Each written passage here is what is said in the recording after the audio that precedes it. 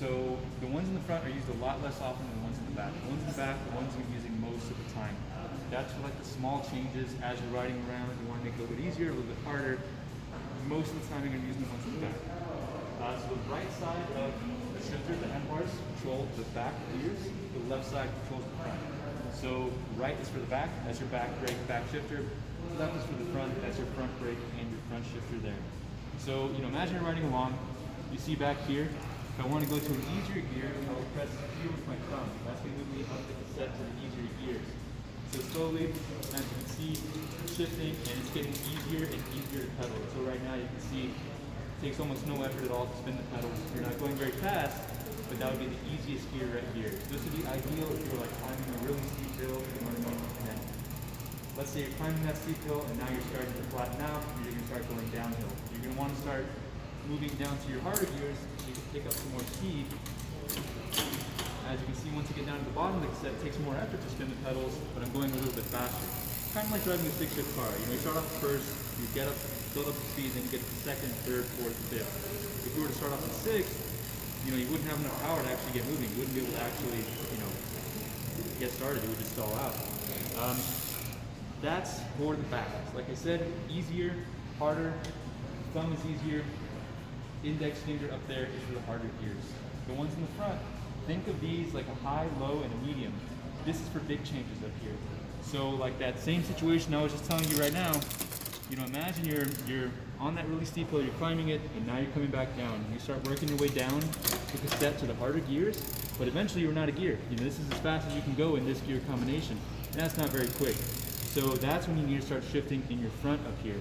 If I shift this guy to the bigger ring up there, it makes everything back here just a little bit harder. You see how much faster it's going now?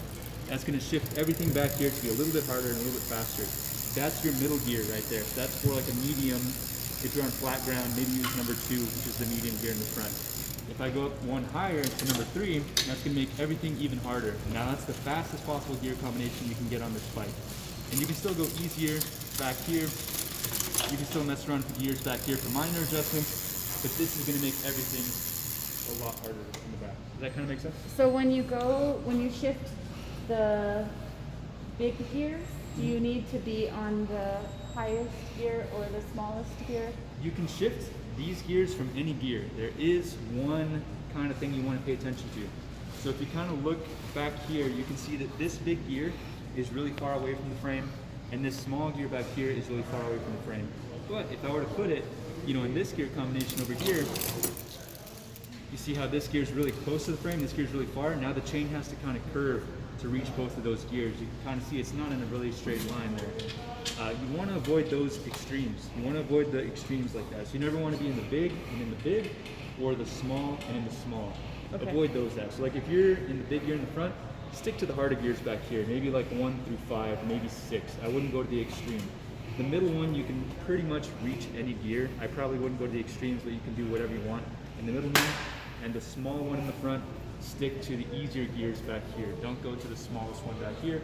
Otherwise, you'll have that same situation like this. Now the chain's having to kind of curve to reach both of them. You're not going to break anything.